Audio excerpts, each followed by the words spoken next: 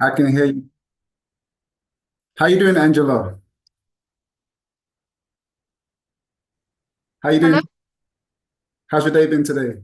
It's been very well. How about yours? Mine's been excellent. I can't complain. I can't complain. Good to see you. Good to see you.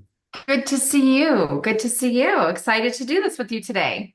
Perfect, perfect. Yeah, so go ahead and tell the viewers who you are, what you do, and why you do it, Angela. Sure. My name is Angela DeMarco Snow, and I am a professional master certified dating coach, relationship coach, life coach, couples coach, and a professional matchmaker. So that's what I do. And I have a master's in communication, was a professor of communication. So a lot of my coaching is with couples is helping them communicate, learn more effective communication tools to kind of reignite their relationships, etc. So that's a little bit about me. I'm in Chicago. So That's very excited to be beautiful. joining you in the UK. Yeah, Yeah, yeah, I'm out here in London, but the globe is just one place now. We're all in one place now, thanks to the internet, thanks to like exactly. we communicate these days. Yes, Exactly. I'd like to start by talking about your past relationships in terms of like we all have struggles that we've gone through in past relationships, right? So, what Yeah. would you say some of the struggles that you've had in your past relationships are? Oh, And sure. how you manage? And this is the whole reason why I do what I do as well. Like, this is kind of what my past relationship is what brought me to this point, which I think a lot of people are there. I'm sure you're Hmm. there as well. Yeah. But I was married. I'm the mother of two boys. They're 19 and 17. But I was in a marriage that was very controlling and manipulative. Just to give you a little backstory, I used to be a professional actress. I was a musical actress. I did theater, I did film, and that was my dream initially. But when I got married, my my husband was like, "No, you need to have a big girl job." And from that moment on, he just kind of molded me into something he wanted, not who I was, but he wanted to mold me into something different and manipulated and controlled and said what I could do, said what I couldn't. So I went from this very vibrant, extroverted woman to a very controlled, small, I was very depressed, and left an 11-year marriage, not knowing who I was anymore and finding that I gave everything to him and did nothing for me. Didn't even know, I mean, my friends didn't even recognize me anymore. And this was about 10 years ago or 12 years ago. So when I got divorced, I really did some soul searching and got some help. And at the time I was a professor of communication and I started going through uh, a coaching certification and started coaching myself through it to find myself again and to figure out how I let go of boundaries and how did I allow somebody to take this strong person that I was and turn her into this kind of a weak without boundaries, people pleaser, didn't know who she, for somebody else. And so I started getting coaching on that, started coaching myself. And then realizing how many women are stuck in this situation as well, where they just keep compromising, they're giving up their dreams, they're having family, all of these things, losing themselves in the process. So when I became a coach, I was like, I really need to work with, and I started out working with women, um, helping them love themselves first and figure out how to create better boundaries so that they can have healthier relationships.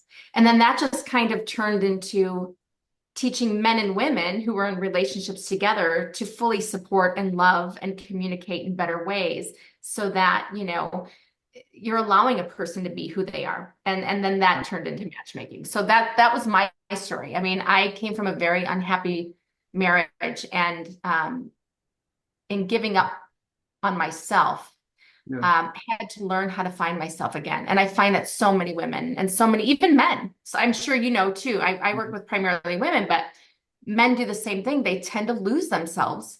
Mm. So you mentioned you started coaching yourself like when you was going through these times. So how was that like, and why did you not want to seek someone to help you out in that time? Why did you choose to coach yourself? Well, here's the thing. I saw a therapist at that time. Okay. So I was seeing a therapist at that time. But and I think when you work with a therapist and you work with a coach, it's kind of two different things because the therapist is helping you work with the emotional, the things that are in your psyche, right? Whereas a coach, you're helping yourself change your habits. Right, right. You've developed habits that have created this situation, right? Hmm. So I think I decided to coach myself because I was going through the coaching program. So in a way, I had a coach with me because I had my mentors Uh-huh. in the Okay. coaching process, but it was more like a journaling kind of a situation and giving myself um, exercises to get through certain things. And the journal actually ended up becoming a book. And so I, authored the book, Searching for Ladybugs, Finding the Magic in Your Mess. And that is my whole story of where I started, where I ended, and how I got myself there. And when I coach people, we basically go from start to finish from that Yeah, book. the reason why I brought that up is because, like, when we try to do something by ourselves, like, we've only got so much willpower, and it's easy to get drawn back into our previous habits. So 100%. that's why, like you said, you had like a mentor with you at the time that was helping you get through it, which would be a lot easier than if you was trying Yeah. to do the whole thing by yourself. Would you agree with that? Oh my God, 100%. Yeah, And actually, I didn't see full change until I actually invested in somebody else to help me through it. exactly, exactly. Yeah, Yeah. so like in the context of human nature now, like we go out, we see different people all the time, and we are attracted to different people, right? We get attracted to different people that we see, right? So when we look at relationship types in terms of monogamy versus non-monogamy, in the context of human nature, what is your viewpoint on that? You know, I think I'm very open-minded in terms of everybody comes to relationships and they bring what they will, right? Monogamy versus non-monogamy. I mean, whatever you believe in is what's okay for you. If it's okay for you and the other person, then it's okay, is what I believe in. Now, I work with mostly like heterosexual couples or homosexual couples who are committed, right? I'm sorry, monogamous. I don't really work with non-monogamous couples, but I think communication in that sense is very important. If you're going to have a relationship that's non-monogamous and like ethically non-monogamous, I guess you could say or call it, I think the communication and being upfront and honest and letting your partner know where they stand, where you stand, what you're doing at all times is very important. I think if the communication breaks down there, then you have a problem. But that's with monogamous or non-monogamous Yeah, relationships, just being right? ethical about it. Yeah, it's just I think communication is key. Right, right, right, It's as long as both parties, I think, are both on the same page, right, right, then those relationships work out because there's so many different types of relationships to have. right. So, It's just, for those people that are monogamous, yeah. like, but they still go out and they get attracted to different people that they see, but they're monogamous. Like, how can they deal with this attraction that they've find themselves in towards other people when they've chosen monogamy? One person. Yeah. But I mean, that's normal, right? Being attracted to other people. I mean, we're going to be attracted to other people. Right, Um, I think it's just a choice that people make every day as to whether you're going to stay committed to the person that you're with, or are you going to make a choice to see if the grass is greener on the other side? And right, I think most people find when they do see if the grass is greener, it isn't. There's going to be something wrong with that person too. So, I mean, I think dealing with our attraction, that's normal. We're going to be attracted to people. That's just a normal biological thing within us, right. right? Um, it's just a matter of choice of what you're going to do with that attraction. I mean, we all have choice for our behavior. So if you're in a monogamous relationship and it's just basically your choice every day, are you committing to this or are you going to play into your attraction? Right, right, right. Yeah, yeah. So, Right. like, I like as you do as well. I coach men and women, and a lot of the women I coach, they complain about the anxiety that they have within relationships. There's always things that's causing anxiety within the relationship, and even the men I coach, the anxiety that they have. It affects their confidence in when it comes to dating. So, what are some of the causes of anxiety, in your opinion, and how can it be dealt with? Yeah, I mean, I think a lot of it too comes from the inside. Some insecurities, and even stuff that might be showing up from past relationships. If you had a relationship in the past where maybe your significant other had a wandering eye, then you start to wonder if how do you feel about yourself? And then do you measure up, or how you think you measure up to that person? And that Mm, can cause anxiety. Again, the way in which we communicate, our love languages, like different things like that. I think that brings anxiety. And just the fact that there's so much choice out there nowadays, so many options. People have I mean, it's just, I think it's created, I think social media in and of itself has created so much anxiety in mm. relationships. Like it makes us feel like we have to be so dang perfect when there's no such thing as perfection. Um, but for me, I think that most people with their anxiety, they just, and I don't know how we can, I feel like what I do when I coach people is I try to help them first feel that confidence, build that confidence within themselves to know that they're the prize, they're a prize. And if they're not being, love is not being reciprocated, then you have to move forward. That's not your person. Um, but resolving those past conflicts or, those past issues that have come in that are, I always say, like, what's your most traumatic experience? And like, how does that show up in your present relationship? Because that's probably what's causing the anxiety. You're projecting oftentimes. Um, and just trying to help people resolve that and then again, it all comes down to communication, making sure that the partners know how to communicate to each other to make them feel secure in that relationship, you know, Right, right. ease the anxiety. Right. So when you say like communicating with your partner, like, is it possible that sometimes we can, because of the anxiety that they are feeling in a relationship, try to communicate when there's not a major issue, but try to resolve something that's not really there, if you know, if that makes sense. Like basically, if someone is feeling anxiety about what can potentially happen in a relationship, are they likely to jump the gun and try to fix something that's not broken? Right. That's a good question. And that could sabotage, right? A relationship if you're constantly bringing up things that aren't there, that are, and that's why I think if that's something that someone is feeling in a relationship and it's there, you definitely need a coach.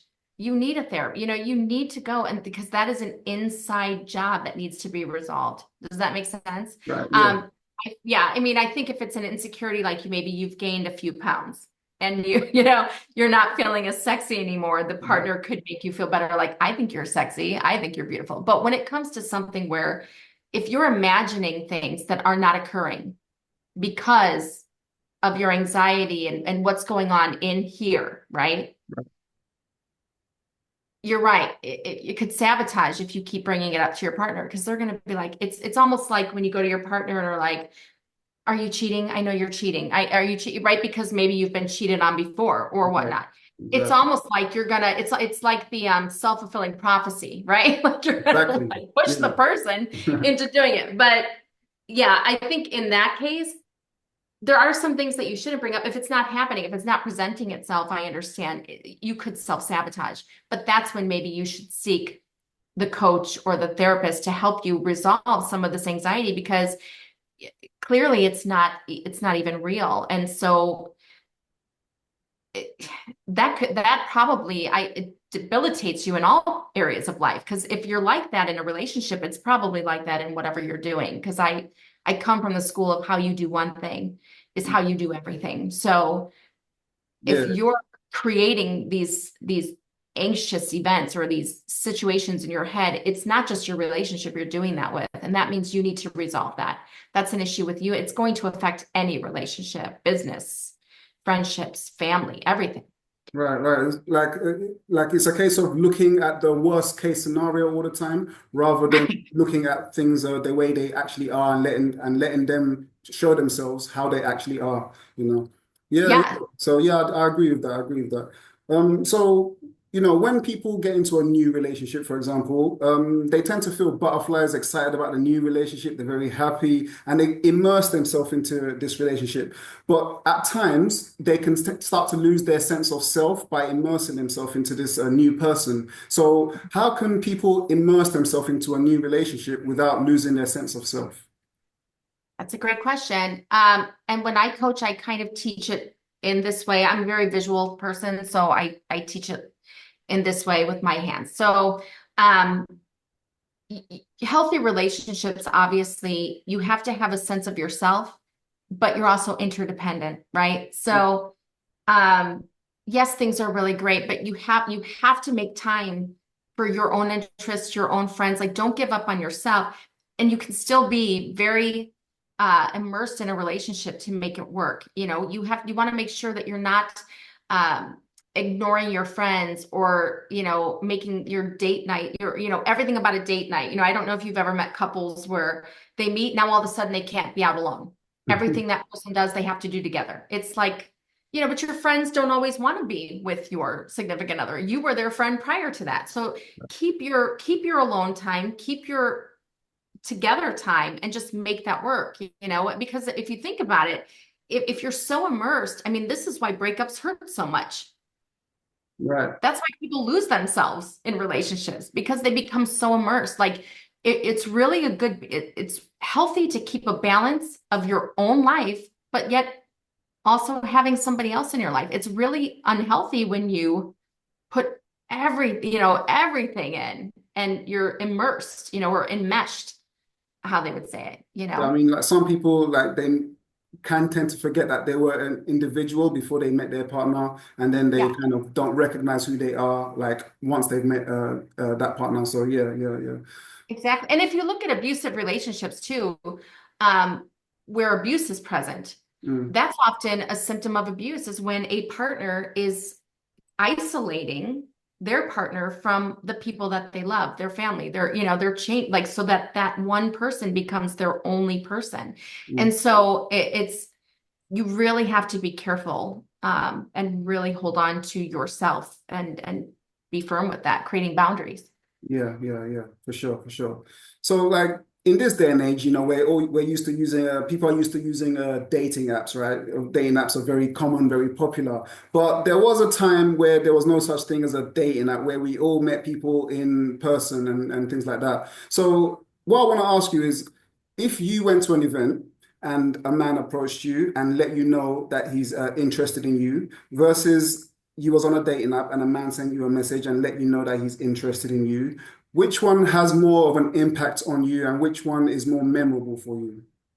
Oh, that's a good question. I mean, I think in person all the time is going to be more impactful, because you can see the person, you get a feel for their energy, you can see, they have eye contact. It's very easy to type something, you know. Yeah. I mean, you get messages, especially, I don't know how men are, but in terms of getting messages from females, but females get messages from men all the time. It's Mhm. almost lost. It's like how many other women are getting the same message, good morning, beautiful, whatever it might possibly be on Facebook or whatever. But Mm. when it's in person, I think definitely has more impact, don't you think? Yeah, for sure, 100%. That's what I tell everybody. Like, you can never the apps will never replace real life. You can never replace real life with that kind of thing, because chemistry, like what you mentioned, eye contact and body language, you can't do that on an app. Like feeling someone's No, energy in your presence is not something you can do online, in that kind of no. way. Yeah, yeah, yeah. Absolutely. And that's why I say, when you're dating and if you're dating online, I tell people, I'm like, if you're talking to someone online more than a week and you haven't met, you got to meet. Like, stop talking to people for so long. Just get out and meet them. You're going to know right away. Exactly, Get exactly. off the app, get in person as soon as possible, is what Okay. I. Okay. So for people that do want to meet in person, that would like maybe they've been used to using apps, but they'd like to actually go and meet someone in person, like they tend to struggle when it comes to where they can meet someone and how they can meet someone. What are the kind of ways, in your opinion, or places where people can go to meet people, or ways that they can meet people that they may not be aware of? For meeting people before they date, I'm sorry, I didn't get the question. Before they Yeah, date or before they date, meeting like people to yeah. date, No, or like they've before they already date, like met. they'd like to meet somebody, Okay, but without yes. using an app. Yeah. Yeah, then there's plenty of ways that you can do it. Like I always tell people, go out, go find a place. Like what is your passion and where do you think you would find somebody, Right. right? If you really love cooking, get to a cooking class. Go kayaking. There's plenty of meetups, although I always tell people kind of don't stick with one meetup or don't stick with one. Like there's a lot of singles groups on Facebook. There's a lot of things like that. You want to kind of be careful. In my mind, if you become friends with every single person in an area, you're kind of pigeonholing yourself, right? Because you're now everybody's friends. What are you going to do? Like if Right. everybody's so just kind of you gotta expand your network and kind of go to different places. I had someone I was just actually coaching yesterday, and she's like, well, I really love theater, so I've been going to shows. And I'm like, but think about shows.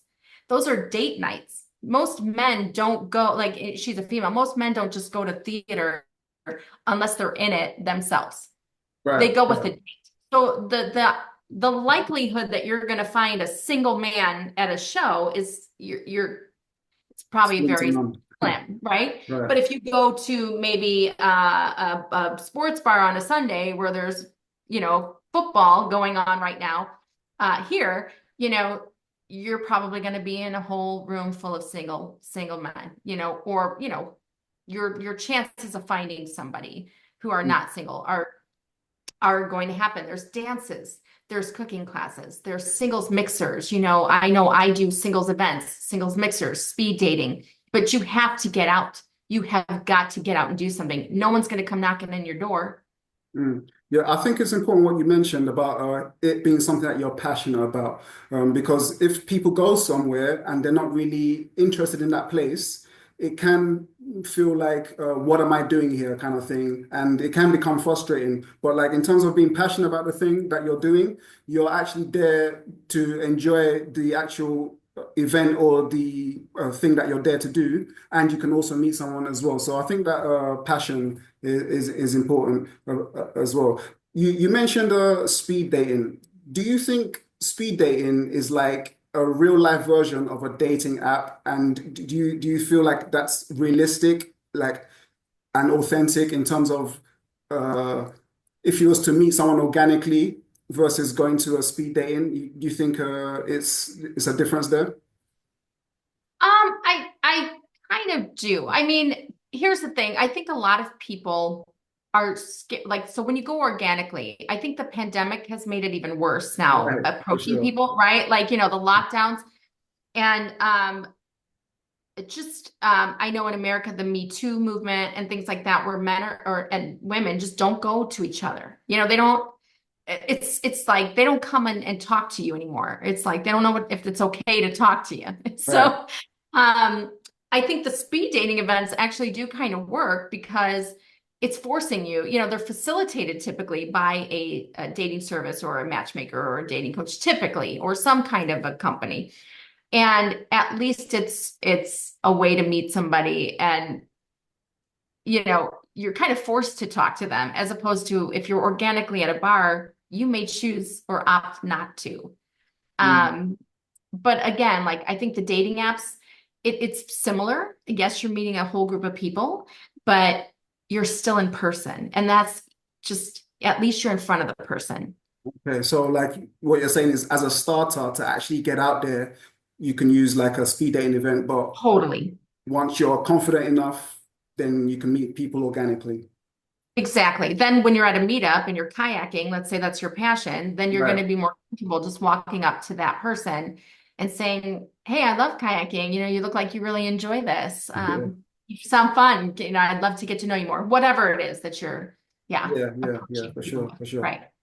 Yeah, so like, as coaches, we speak to different people all the time and we learn different things from the people that we speak to. We learn about them. So what would you say some of the things are that you've learned as a coach by speaking to different people in regards to dating and relationships?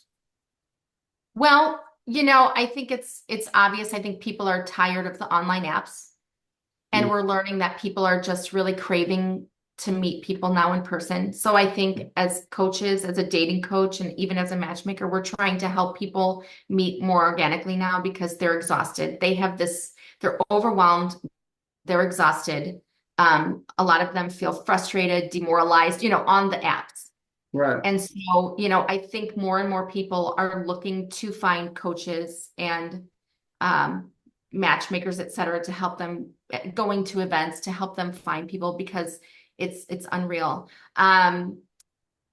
It's funny as a coach, what I've learned, uh, especially to help people find matches, is that a lot of people are just really closed-minded when it comes. They have a really limited vision of what their love life or what they could have, right? They have a Right. very limited version. And so what I've learned as a coach is it's really important to help people open up the possibilities of Mm, what's actually out there because being online and having this limited perspective of what they think is available to them has really affected the dating world, mm, social media and all of these things. And so I think it's so imperative to work with a coach. Like for me, my biggest thing is trying to help people open up their parameters because most people, what I've learned, have got such limited, um, like a limited belief system, a limited idea of what is possible that they're almost not even trying anymore. for sure. Yeah, yeah, yeah. Now I see that a lot. I see that a lot. It comes back to habits, like we mentioned earlier. Yeah. When they're used to doing a certain thing, to now change and form a new habit can be a struggle. But once they start adopting a new way of doing things, they start to enjoy that and form new habits in that kind of way. Yeah, for sure. Exactly. Yeah. Yeah. So, Yeah. yeah, so yeah, thank you very much for like your feedback and everything you've said today, Angela. Where can people find you? Where can they contact you as well? Yes, well, thanks for having me. It was a pleasure to just get to know you a little bit more too. They can find me on, I'm on LinkedIn with Angela DeMarco Snow. My company is called A New Chapter with Angela. My website is a new chapter with Angela.com, or they can email me at newchapterwithangela@gmail.com. Excellent, excellent. And for the viewers, all of that information will be in the description so you can get in touch with Angela as well. Angela, once again, thank you very much for coming on. It's been a pleasure having you, and you have a great day now. Thank you. You do the same, Cal. Thank you. Thank you very much. Take care.